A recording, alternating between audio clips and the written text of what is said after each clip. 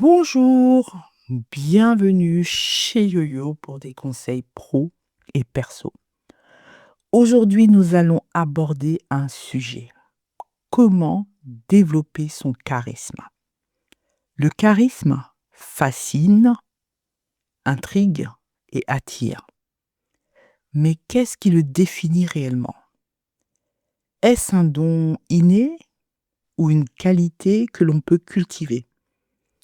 Décortiquons ensemble les éléments qui font de quelqu'un une personne charismatique. Déjà, dans sa définition, le charisme est une autorité naturelle qui se dégage d'une personnalité provoquant le respect ou l'admiration des autres. Il est important de bien comprendre qu'est-ce que le charisme pour pouvoir apprendre à le développer, parce qu'il est en chacun de nous. Bien sûr, il y a des personnes qui sont naturellement charismatiques, mais il y a aussi des indices qui montrent que vous avez besoin de travailler votre charisme.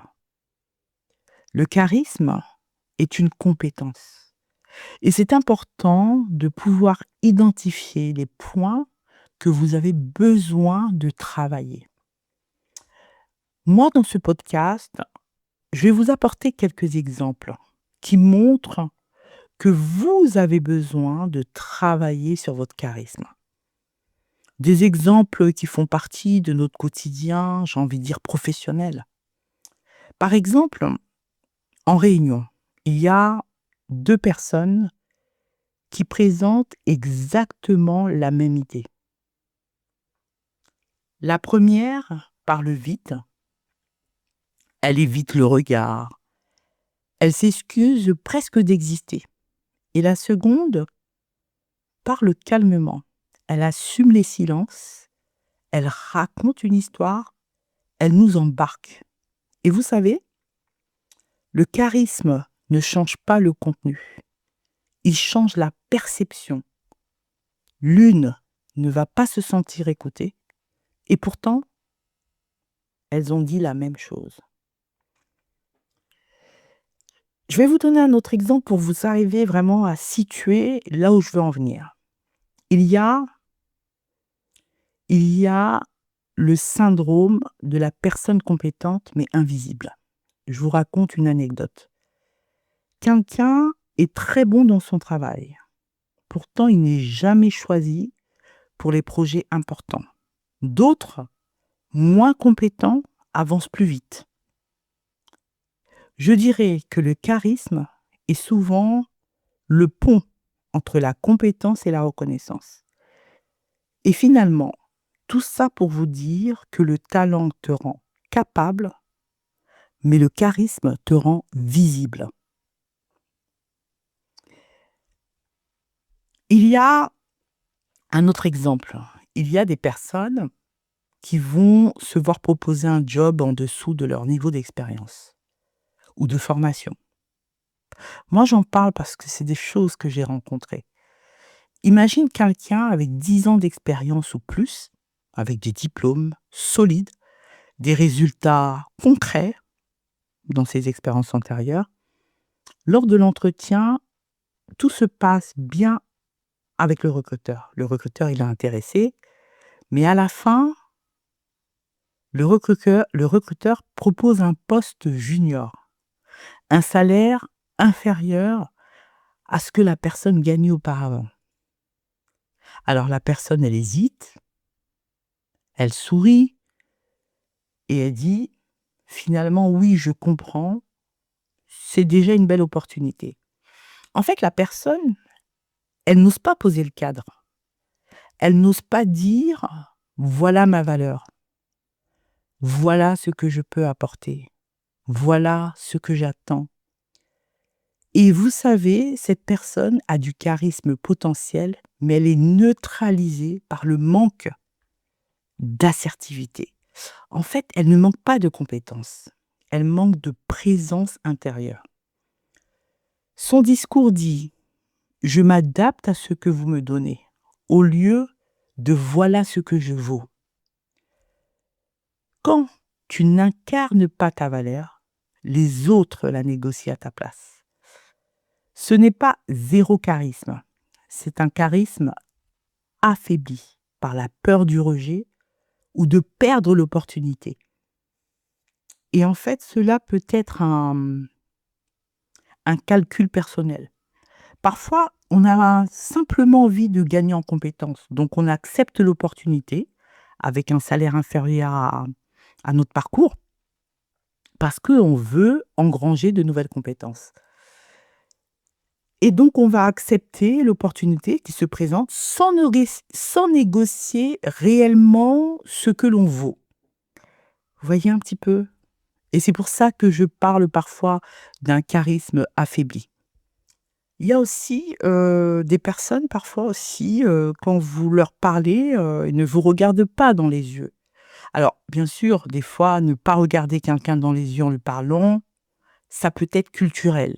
Mais au-delà de la culture, pour moi, ça dénote aussi des choses. Ça veut dire, tu parles à quelqu'un qui baisse les yeux pendant qu'il s'exprime ou qu'il parle, en regardant le sol, en jouant avec ses mains, en évitant les silences. Et en fait, ces mots sont peut-être justes, mais son corps dit autre chose. Parce qu'il ne te regarde pas, en fait. Et comme nous sommes des humains, nous interprétons tout le temps, non-stop, on ne fait que d'interpréter. Il y a ce que l'interlocuteur perçoit. Et en fait, l'autre en face va interpréter en disant, mais il va même douter de ce que l'autre lui dit. Il n'est pas sûr de lui. Est-ce que je peux vraiment lui faire confiance? Et vous voyez, le charisme passe par la cohérence entre le verbal et le non-verbal. Ne pas regarder dans les yeux, ce n'est pas de la timidité seulement. C'est un retrait de présence. Tu es là sans être là. Le regard, c'est une signature. Et quand il fuit, le message perd sa force. Vous voyez? Et c'est là où on se dit que le charisme aussi passe par la cohérence entre le verbal et le non-verbal. Regarder le sol quand une personne te parle, jouer avec tes mains, tout ça, c'est un langage non-verbal, mais qui fait partie de la communication et du charisme, tout simplement. Donc, vous savez, ce que je peux vous dire, je ne vais pas citer vraiment tout ce qui concerne ou tous les exemples qui permettent d'identifier les points que vous avez besoin de travailler pour développer votre charisme. Je ne vais pas tous les citer, ils sont nombreux, mais je vous invite à lire un livre qui s'intitule « Les secrets du charisme ».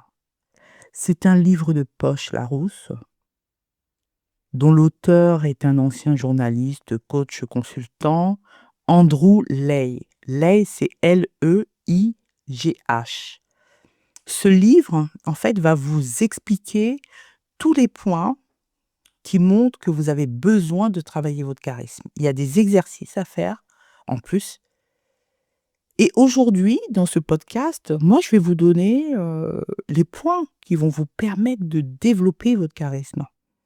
Là, c'était vraiment des exemples de situations qui vous permettent déjà de comprendre comment le charisme aussi peut s'introduire dans notre quotidien. Parce que déjà, le charisme se travaille tous les jours au quotidien.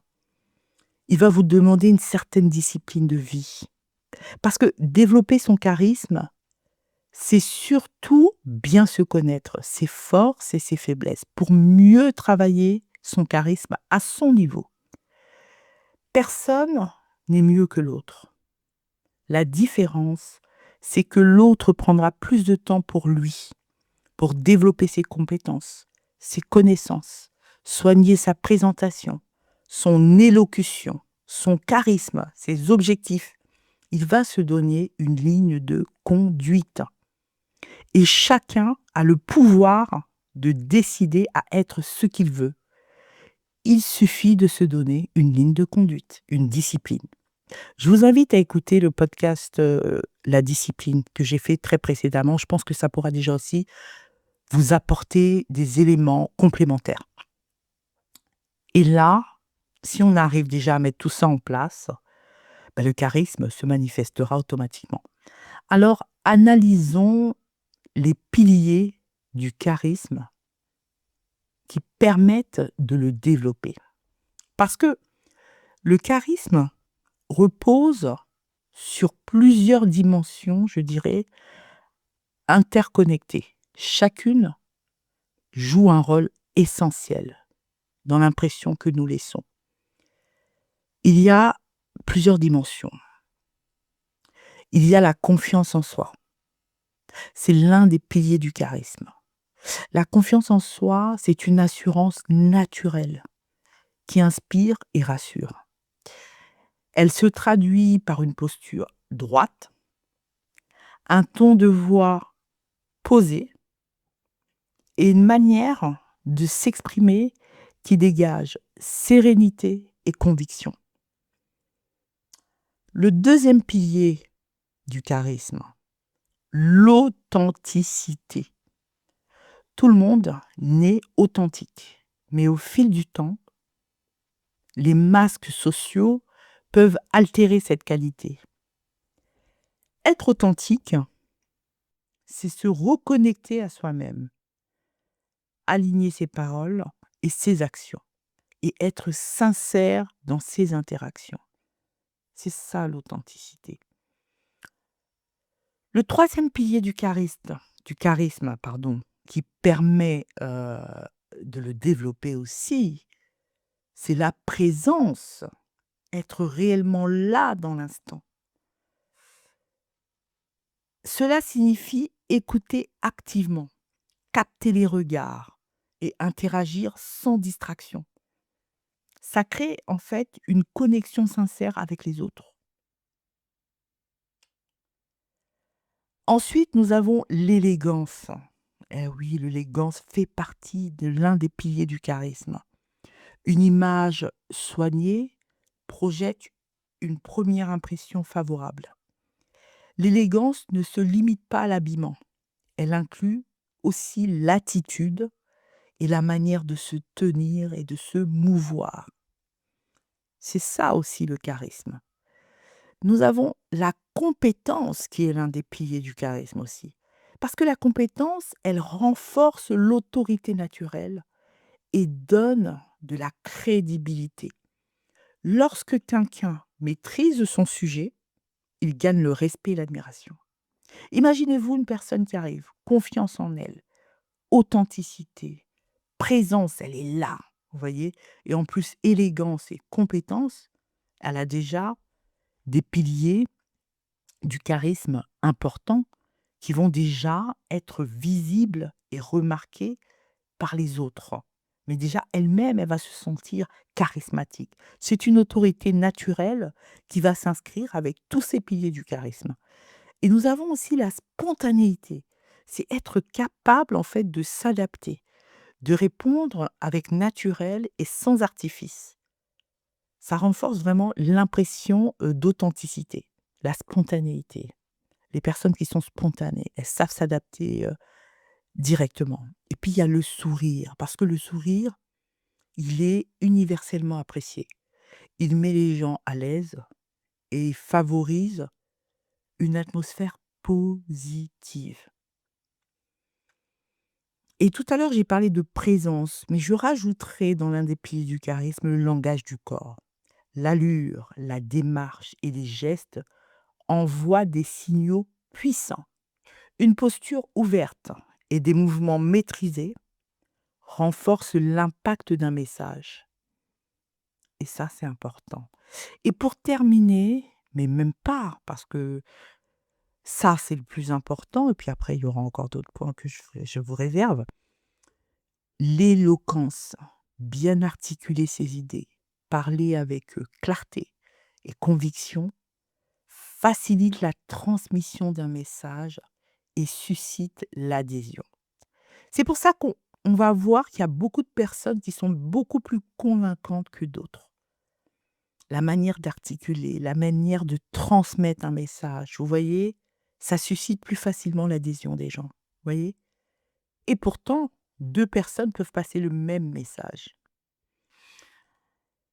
Et les conseils pro et perso de Yo-Yo pour cultiver votre charisme, parce que le charisme n'est pas uniquement réservé à quelques élus. Comme je l'ai dit précédemment, c'est une compétence qui peut être cultivée avec intention et pratique. Les conseils pro et perso de Yo-Yo, comme je l'ai dit encore précédemment, je le répète, travailler la confiance en soi, adopter une posture droite, pratiquer des exercices de respiration et cultiver un discours intérieur positif. Prenez aussi le temps de célébrer vos réussites, même les petites, même les toutes petites. Prenez le temps de les célébrer. Affinez votre image. Ça veut dire soigner votre style vestimentaire en fonction de ce que vous souhaitez transmettre. Portez des choses, de toute façon, qui soient en cohérence avec vous. Mettez en cohérence votre apparence avec vos valeurs et vos aspirations. Vous voyez? Pratiquez la pleine présence. Entraînez-vous à écouter activement, à poser des questions pertinentes et à maintenir le contact visuel. Développez votre compétence ou vos compétences. Formez-vous constamment, lisez, explorez et n'hésitez pas à partager vos connaissances avec clarté et humilité. Travaillez votre communication. Pour la travailler, faites des exercices d'élocution. Apprenez à projeter votre voix et à parler avec conviction. C'est une manière aussi de travailler votre communication. Ça dépend ce dont vous avez envie de communiquer. Le charisme ne se résume pas à une liste de qualités isolées. C'est l'alchimie de ces éléments qui crée une impression forte et durable. Si certains semblent charismatiques dès leur plus jeune âge, il est essentiel de comprendre que chacun peut travailler ces aspects et les adapter à sa personnalité. Et ça, c'est important. C'est d'être en harmonie avec soi. C'est pour ça qu'il faut tout adapter à sa personnalité. Et pour ça, il est important de savoir qui je suis, qui tu es toi. Arriver à se définir. L'essence du charisme réside dans la sincérité et la cohérence. Et être en harmonie avec soi-même tout en se connectant aux autres, alors commencez dès aujourd'hui à cultiver votre présence, votre confiance et votre impact pour révéler le charisme unique qui sommeille en vous. C'était bienvenue chez YoYo et merci pour votre écoute.